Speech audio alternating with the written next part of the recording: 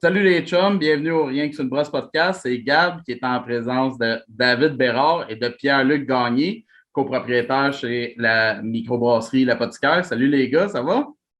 Salut, Yes, ça va sir. bien? Yes sir, je suis super content de vous recevoir aujourd'hui. Fait que, ben là, vu que je vous ai les deux, là, j'aimerais ça que vous vous présentiez un peu pour que les auditeurs puissent se faire une idée de qui est qui. Vas-y donc, David. Yes. Ben ouais, moi, ben, en fond, c'est ça. C'est David, copropriétaire brasseur de l'apothicaire. J'étais avec mon partner PL. Présente-toi. Yes, sir. C'est ça. Moi, Pierre-Luc Gagné aussi, copropriétaire. Ça fait déjà 1 an qu'on est ouvert à l'apothicaire. Donc, Et c'est ça. les deux, vous êtes brasseurs? Oui. OK. Yes. Yes, sir. Ben, regarde, on va starter ça avec une question bien simple. Quand est-ce, ben, quand et comment votre passion de la bière s'est développée? Où est-ce que ça a starté, tout ça? Ça a commencé assez de bonne heure. Je te dirais, là, fin secondaire, j'ai vite remarqué que les bières de micro m'attiraient définitivement plus que la bière de macro, là. OK, mais qu'est-ce qui t'a donné le goût d'en faire? Oh, ben d'en faire, je te dirais, j'aimais vraiment ça. Tu sais, tout ce qui entourait l'univers de la bière, j'étais curieux de la chose, le processus, tout. Puis, tu sais, à base, j'étudiais la musique, c'est con, là, mais tu sais, ça m'a amené à être ben, souvent dans des bars à découvrir d'autres micros. Puis, tu sais, à un moment donné, j'ai vite vu que je ne pouvais pas travailler vraiment dans la musique, tu sais, en vivre de ma passion. Mais j'ai vu que faire de la bière, par exemple, je pourrais. Tu sais. C'est Ouais, là que ça, c'est là que ça a comme kické, là. OK. Toi, Pierre-Luc? Ah, ben, je pense que ça a commencé, tu sais, moi, je viens d'Albanel, au Lac-Saint-Jean, tu sais, puis j'avais un oncle qui avait une ferme, fait qu'on allait souvent jouer là avec mes cousins, puis, tu sais, l'odeur du silo à grains, puis tout ça, ça m'était tout le temps resté, je pense, puis, tu sais, mon père, il embrassait aussi de la bière dans le temps, tu sais, avec les kits, puis tout, tu sais, j'ai déjà vu ça quand j'étais plus enfant. Mais l'adolescence, tout de suite, c'est sûr qu'en goûtant, puis tout, là, c'est embarqué, puis là, t'achètes des livres là-dessus, parce que dans le temps, Internet n'était pas aussi rempli de connaissances, là, fait qu'on s'achetait des livres, puis tout. Je sais pas, ça s'est fait tout seul, la passion était là, le nez, la senteur, tu sais, j'aime beaucoup la cuisine, puis moi, je trouve que c'est pas mal de la cuisine, Ouais, ouais, ouais. faire de la bière, fait que c'est un peu là que ça a starté. OK. Fait que de fil en aiguille, j'ai un de mes chums qui m'a montré à brasser du pur grain. Fait que après ça, ben là, je suis parti. Puis les deux, vous avez starté à brasser en amateur ou vraiment directement dans une microbrasserie? Moi, j'ai eu la chance d'aller directement commencer à l'Albion. C'est OK. là que j'ai fait la connaissance avec ça puis tout. Puis je suis vraiment chanceux justement de ne pas avoir passé par les lourdes étapes là, de tout cochonner chez vous. Ah ouais, c'est l'enfer brasser chez soi, là. C'est juste du J'ai nettoyage. fait deux à la maison, mais tu sais, vu que je travaillais déjà en même temps à l'Albion, j'étais comme, bah, tu sais, je suis satisfait. OK. Puis Ah, sinon, ben, ouais, vas-y, Pierre-Luc. ben, moi, c'est ça. Ça a commencé plus justement avec les kits de brassage, là, que tu faisais que rajouter de l'eau à ton mou, puis Ah ouais. tu sais, Ouais, ouais. avec ta levure, ce qui était pas très bon, mais tu sais, pour le cégep, puis c'était déjà quand même bien le fun tu sais, on faisait nos bouteilles avec les chums, puis on buvait ça à travers la bière cheap qu'on s'achetait. C'était crissement moins Puis cher. ben ouais, c'est ça, mais tu sais, le temps, ouais. En plus, ça, c'était pas si long vu que c'était pas du pur grain. Puis après ça, c'est quand je suis arrivé ici à l'Assomption, puis que Funchtark était ouvert, en fait, puis que, tu sais, en parlant avec Fred, le brasseur, c'est vraiment là que j'ai fait comme, bah, moi, je vais m'essayer pur grain, ok, tu sais, puis, ah ouais, let's go. Fait que, brasse ça dans le garage. Ma première batch, c'était stock mash. Je ne sais même pas si ça finit en bière ou si ça finit dans le drain. Je pense même pas qu'on l'a fini, là, tu sais. Fait que là, j'ai attendu un de mes chums, lui, il était dans l'Ouest, puis qu'il connaissait un peu plus les techniques, tu sais. Puis, fait que quand il est descendu au Québec, on a brassé 2 batchs ensemble. C'était un Robust Porter qu'on a décidé de faire, puis une IPA dans ce temps-là aussi. Old School IPA avec du cascade puis tout. Puis rien que les techniques de base, les points de contrôle, m'a tout montré ça. Fait qu'après ça, il est reparti. Moi, j'ai continué chez nous à brasser du pur grain. Puis là, j'ai fait OK, là, on pogne une autre coche. Fait qu'avec des conseils justement de d'autres brasseurs, de lecture, de Fred, puis tu t'essayes, tu vas en acheter, t'en faire. C'est de même que moi, j'ai starté à brasser. OK. OK. Puis, ben, ça a été quoi votre première bière qui vous a donné le goût pour le micro? Alors, ça devait être soit une classique maudite de Unibroue ou l'alchimiste. Tu sais, dans le temps, j'allais beaucoup justement au petit pub qu'il y avait à Joliette, là, le petit local. Ah C'était ouais. bien cool là, dans le OK. temps. Ouais. Moi, c'était à Québec, la Barberie, dans le temps, quand ça l'a ouvert. Vraiment dans le début, là, puis ils rentraient là, ça sentait le grain, il y avait une petite terrasse, les palettes de dégustation, ça n'existait pas avant. C'est la première fois qu'on voyait ça, là, l'espèce de carrousel. Fait que c'était bien le fun d'aller là. On dirait que ça, c'est là que encore plus que ça m'a donné le goût de continuer là-dedans. OK. Ben, enfin, quelqu'un qui dit autre chose que de la Unibroue. C'est tout le temps Unibroue, la seule marque qui ressort. Là, enfin, j'ai quelqu'un qui m'en sort un autre. Puis, ben, sinon, avez-vous fait des études, vous autres? Dans le cadre, ben, tu sais, pour devenir brasseur, là, j'imagine, je pense pas, là, parce que David, tu m'as parlé, tu avais parti à l'Albion, mais avez-vous fait des études avant ou pendant vos années de brassage? Non. Non, ça a été vraiment Non, de la pas grave. transmission de connaissances de mon côté aussi, là, OK. direct d'un brasseur à quelqu'un d'autre. OK. Pas ça. Moi, j'ai étudié en technique policière, puis j'ai été policier pendant 7 ans. Là, fait que c'était Ah, vraiment ouais. pas des affaires qui étaient similaires, mais ça me donnait le temps justement de brasser. OK. Toi, David? Moi, ben c'est ça. J'ai fait des études en musique, tu sais, puis Ouais. après ça, je travaillais dans des cuisines, puis je me tenais pas loin des bars, puis quand j'ai vu une porte d'entrée, je suis rentré dans l'Albion. OK. Puis Ben, justement, j'ai fait mes classes là-bas, tu sais, j'ai appris, puis tu sais, plus j'en apprenais, plus j'étais curieux, puis justement, tu sais, Steven là-bas, il me fournissait des livres justement pour que je pousse mes connaissances, puis après ça, ben, par curiosité, aller chercher l'information ailleurs aussi, puis non, ça a vraiment été un bon tremplin. OK. Ben, justement, pour vos débuts là, dans le brassage, ben, toi, David, tu as starté à l'Albion, mais tu es rentré là comment? Tu es rentré là pour. Il y avait un autre poste dans la brasserie, puis éventuellement, tu as monté les échelons. Comment ça s'est passé? Ouais, ben vraiment, tranquillement, tu sais, je suis rentré là comme serveur, puis là, il y Comme a serveur, besoin. ah ouais. OK. Ouais, ouais, vraiment. Puis après ça, c'était une journée semaine pour laver les kegs, tu sais, OK. tranquillement. Après ça, j'assistais les brasses. Tu sais, je faisais les enfûtages. Après ça, j'assistais les brasses jusqu'à un moment donné, ben, tu passes tout seul, là, puis tu fais tes affaires. Mais ouais, ça s'est fait tranquillement. Tu sais, dans le fond, je travaillais là 6-7 ans comme faux, tu sais, dans la brasserie. Puis peut-être un an là, de service. Ouais. OK. Puis toi, Pierre-Luc, tu as starté ça où, toi? Ben, dans le fond, Fred, on a fait une couple de voyages ensemble, parce que c'est ça, là, de fil en aiguille, l'amitié se faisait. Fait que, tu sais, maintenant, il m'a demandé, mettons, d'aller à New York avec, parce qu'il y avait un événement à bière là-bas, tu sais. Puis, moi, j'étais allé là-bas avec lui, puis, tu sais, en jasant, puis tout. Maintenant, il dit, maintenant, mais j'ai besoin de quelqu'un, ça te tenterait-tu d'embarquer? Fait que, je dis, ouais, tu sais, mais, dans le fond, il faudrait que je lâche la police, puis tout. Fait que finalement, j'ai checké mes affaires de mon côté, puis je trouvais ça vraiment plus passionnant d'aller dans ce bar-là, du brassage. Puis, ça, j'assistais Fred dans le brassage avant de lâcher, puis tout. Fait que, quand je suis arrivé et j'ai lâché, je connaissais déjà le setup un peu, puis tout. Fait que j'ai rien continué à peaufiner là, après ça. Mais il y avait besoin. Il y avait un besoin de quelqu'un, puis moi, je pense que j'étais la personne idéale pour lui. Là. OK. Mais c'est spécial quand même, lâcher la police pour ça, man. Tu sais, quand tu Ouais. penses à ça, je veux dire, souvent les policiers, ça, tu sais, ça va être des personnes de carrière, tu sais, ils veulent pas leur. Tu sais, ils vont continuer ça jusqu'à leur retraite, là, puis lâcher tout Mhm. ça après 7 ans en plus pour aller dans le brassage. Wow, bravo. Ouais, Mais ben, merci. on voit que ça a payé, là. Fait que c'est hot. Ouais, je savais pas que ça allait me rendre jusque-là à ce moment-là, mais tu sais, je savais que j'étais plus passionné par la bière que par la police. Tu sais, je pense qu'on n'a rien qu'une vie à vivre, fait que Ouais, tant ouais. qu'à le faire, t'as aussi bien de le faire. Mhm.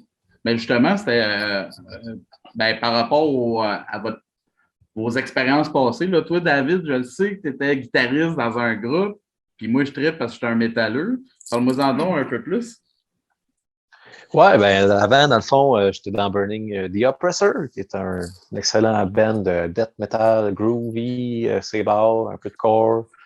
Un beau mix.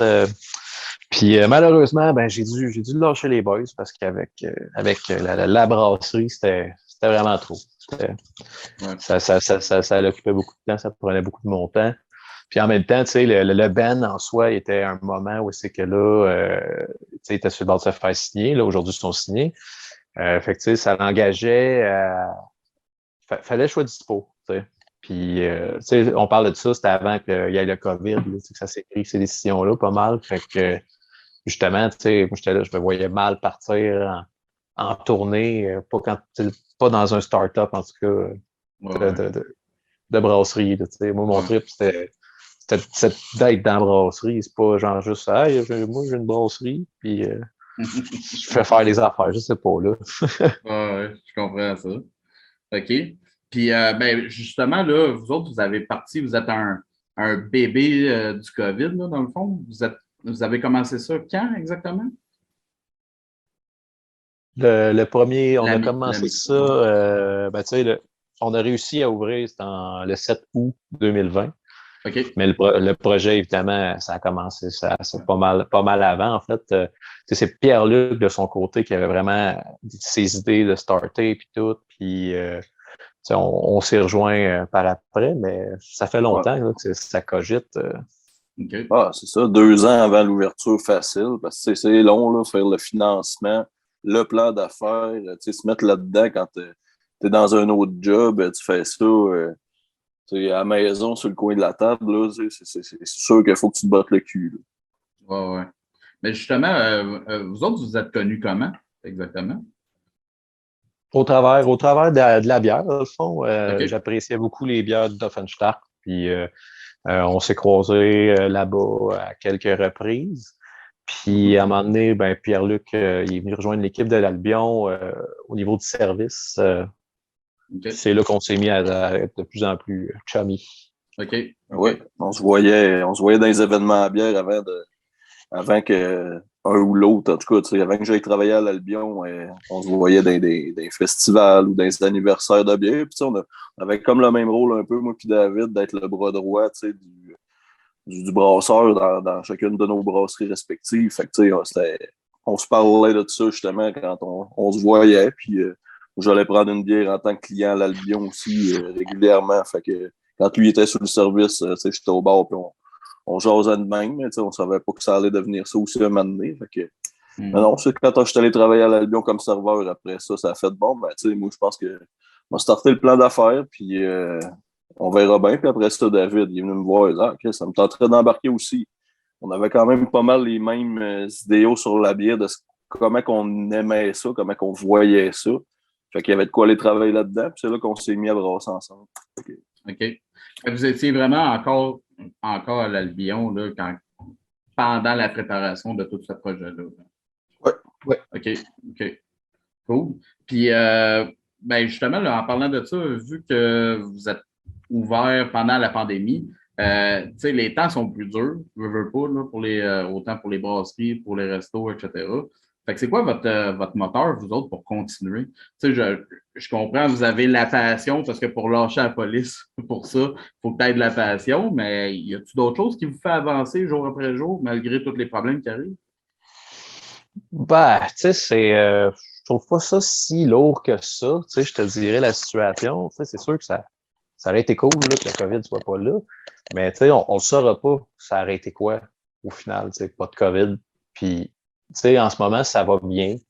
Je veux dire, on a réussi à ouvrir, à partir du moment qu'on a réussi à avoir nos équipements, puis brasser, puis vendre notre bière. Tu sais, c'est pas qu'il n'y a pas de problème, mais ça va tellement bien. Tu sais, on se lève le matin, puis On fait ce qu'on a à faire.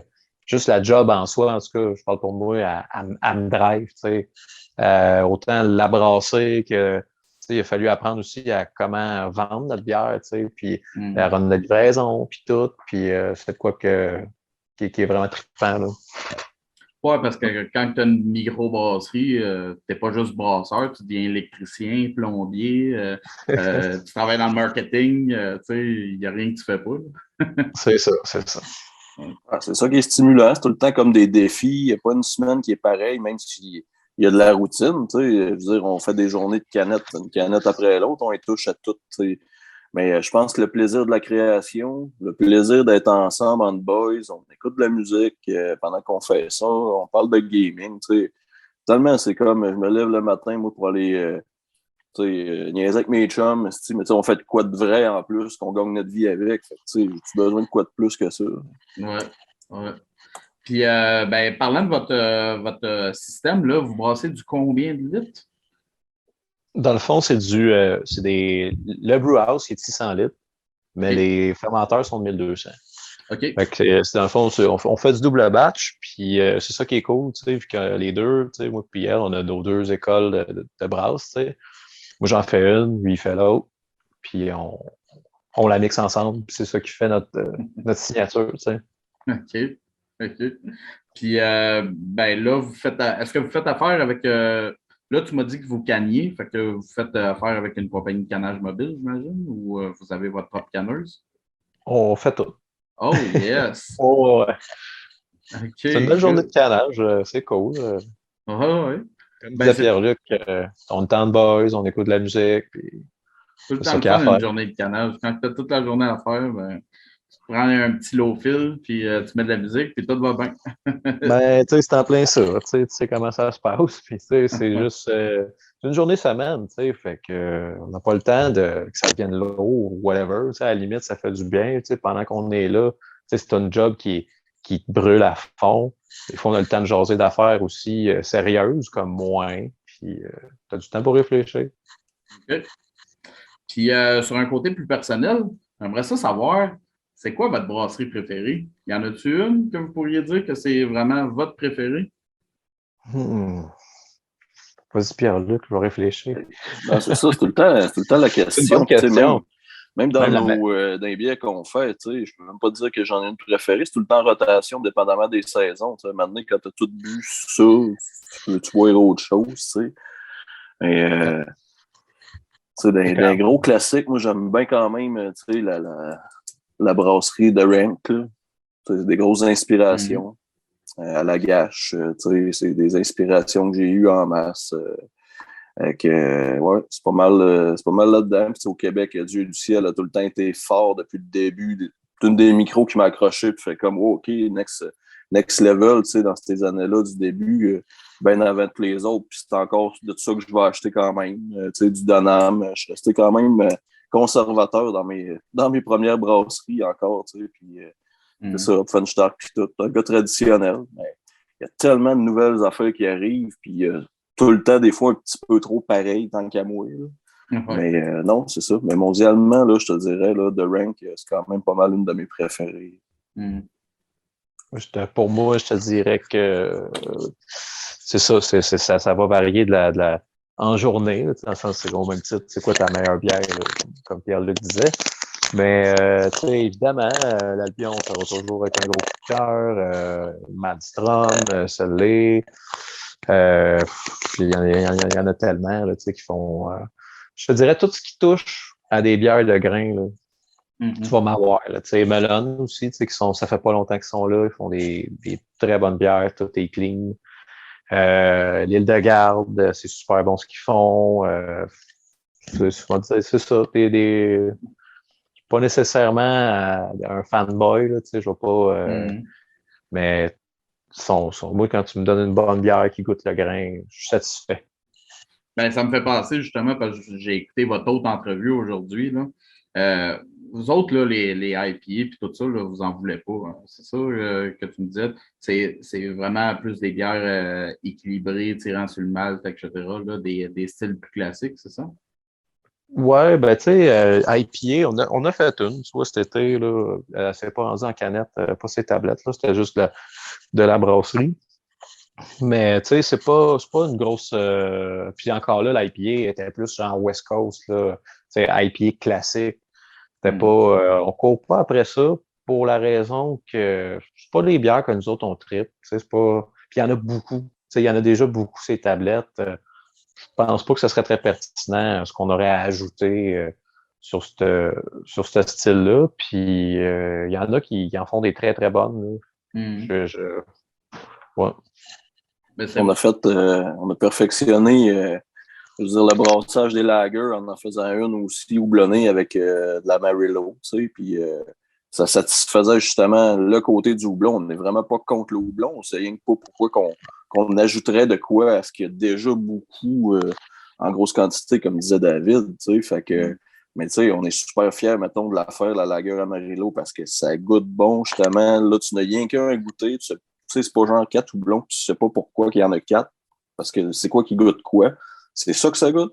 On aime ça. Fait que, tu sais, quand on va travailler de houblon, c'est souvent plus ça. On veut refaire sortir la saveur de un seul houblon, tu sais, puis le mettre plus à l'avant-plan, mais il va tout le temps avoir le côté bien malté qui va le backer aussi. Ça sera pas rien que ça, puis le reste, c'est super watery, puis t'as rien d'autre, là. Fait que ça prend les deux pour qu'on fasse de quoi de bon avec du houblon. C'est parce que notre optique, tu sais, c'est vraiment que le houblon, tu sais, c'est pas qu'on aille ça, là. C'est super bon du houblon, mais c'est un épice. C'est pas proprement parler un ingrédient. Tu sais, t'as de la bière, c'est du grain, tu sais, ben, du sucre, là, mais tu sais, c'est du grain qui est fermenté. Fait que, tu sais, la levure, bien important, ton grain, bien important. Puis le houblon, c'est également important, mais c'est un épice, tu sais. Moi, quand tu me mets trop ça d'avant-plan, c'est comme si tu essayais de me vendre une sauce à spag, puis tu vas juste me parler du basilic que tu as mis dedans. Tu sais, c'est pas ça, tu sais, c'est pas le cœur de ce que ça fait. Fait que c'est un peu notre take, tu sais, quand on fait des bières, tu sais, oui, des fois on en fait quand l'accent est un peu plus houblonné, mais c'est vraiment, ça va rester équilibré là, le plus possible, là, toujours à notre goût, tu sais, c'est ça aussi, là, c'est toujours une question de goût. La tomate est importante. Ça, Ouais. faut comprendre. C'est bon, j'aime bien le parallèle. Puis, mais une question de même qui me vient à l'esprit, là, pensez-vous, parce que souvent, là, des nouvelles microbrasseries qui vont sortir, ben, c'est tout de suite une grosse IPA puis tout. Pensez-vous que ça aurait mieux été pour vous autres avec une IPA ou Ben voyez-vous où non, je ben veux je, en pense- venir? je Ouais. pense, ouais, je vois aussi que tu t'en venais, tu sais, parce que tu sais, il y a une raison pourquoi tout le monde se fiche là-dedans, tu sais, parce que ça va chercher du monde. Mais je trouve que ça va peut-être chercher une clientèle qui est moins là pour les saveurs de bière, peut-être Ouais. plus les saveurs de jus ou de fruits. Puis encore une fois, que c'est pas correct, mais tu sais, nous autres, c'est pas ça qu'on veut faire, puis c'est pas ça qu'on s'enligne. Fait que tu sais, si on en fait une, c'est ça qui nous fait connaître, on est dans la marde, tu sais, parce que on va être pogné pour en faire, puis c'est pas ça qu'on. Tu sais, c'est pas notre clientèle. On cherche la clientèle qui boit de la bière. Tu sais, c'est niaiseux à dire de même, là. C'est pas condescendant non plus.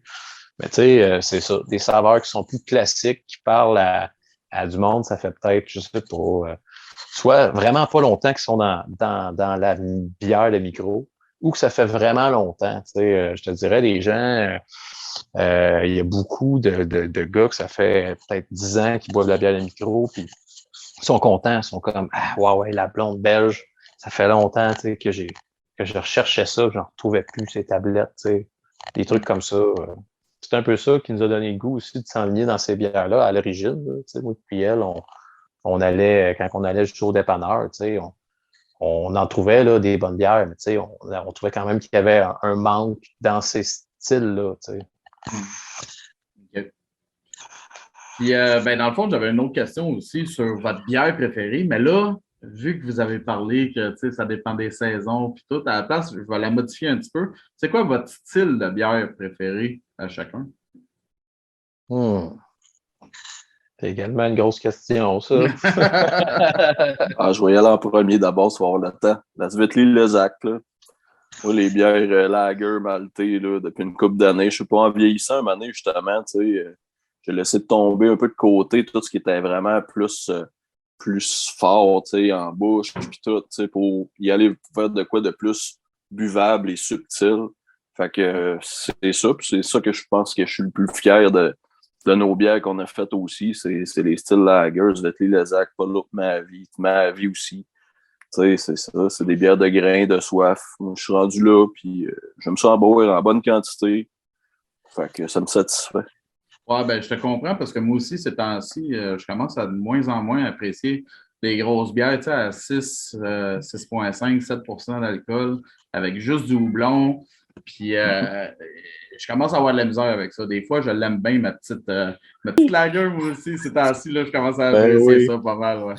Ben oui, tout à fait. Forcément, tu sais, même affaire de mon côté, là, tu sais, mettons, si j'avais à choisir, tu sais, un style de bière, ça serait de quoi qui s'apparente pas mal à Svetli, là, tu sais, parce que ça goûte bon, tu sais, c'est un peu houblonné, pas trop, ça goûte le grain, puis, tu sais, oui, je pourrais boire ça à tous les jours, mettons, sans nécessairement me tanner, plus qu'à, mettons, je sais pas, c'est sûr qu'un Imperial Stout, c'est super bon, mais je bois pas ça tout le temps.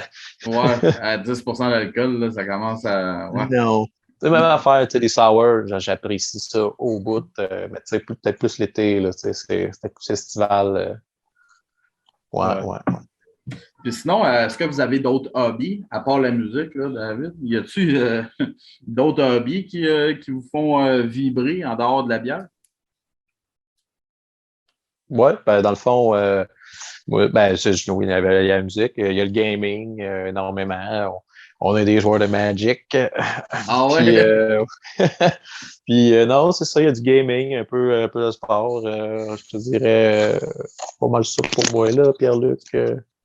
Ah ouais, ben tu sais, c'est sûr qu'il y a des trucs, ça nous rejoint aussi, tu sais. Moi, je joue pas de musique, mais je suis un gros écouteur de musique. Fait que, tu sais, on va s'acheter bien du vinyle qu'on passe aussi, justement, ben, à la brasserie, on a une table tournante. Ah Puis, ouais, non, ouais. moi, tu sais, moi, je suis dans le sport pareil. On se tient en forme. C'est assez physique aussi brassé. Fait que c'est important de se maintenir en forme. Fait que du sport, de la raquette, jouer au hockey. Puis le gaming aussi, ça relaxe au bout le soir. Fait que les jeux de société, on est bien gros des gars de jeux de société, de jeux de cartes pis tout. Fait que on aime ça. Ben, invitez-moi à jouer à risque d'abord avec vous autres. Oh yeah. Soirée risque, là, à Ben oui, tu microbrasserie, ça viendras. serait écœurant. Parfait. M'en prends bien note. Puis, ben, pour terminer, est-ce que vous avez des projets futurs là, qui s'en viennent, des événements ou des nouvelles bières? Qu'est-ce qui s'en vient pour vous autres? Je te laisse aller, Pierre-Luc, c'est ça. On avait une collaboration qu'on a faite avec le Vice-Versa pour leur anniversaire, qui était dans un fermenteur, mais là, vu qu'ils sont fermés, elle est faite. On va voir qu'est-ce qui va se passer avec ça.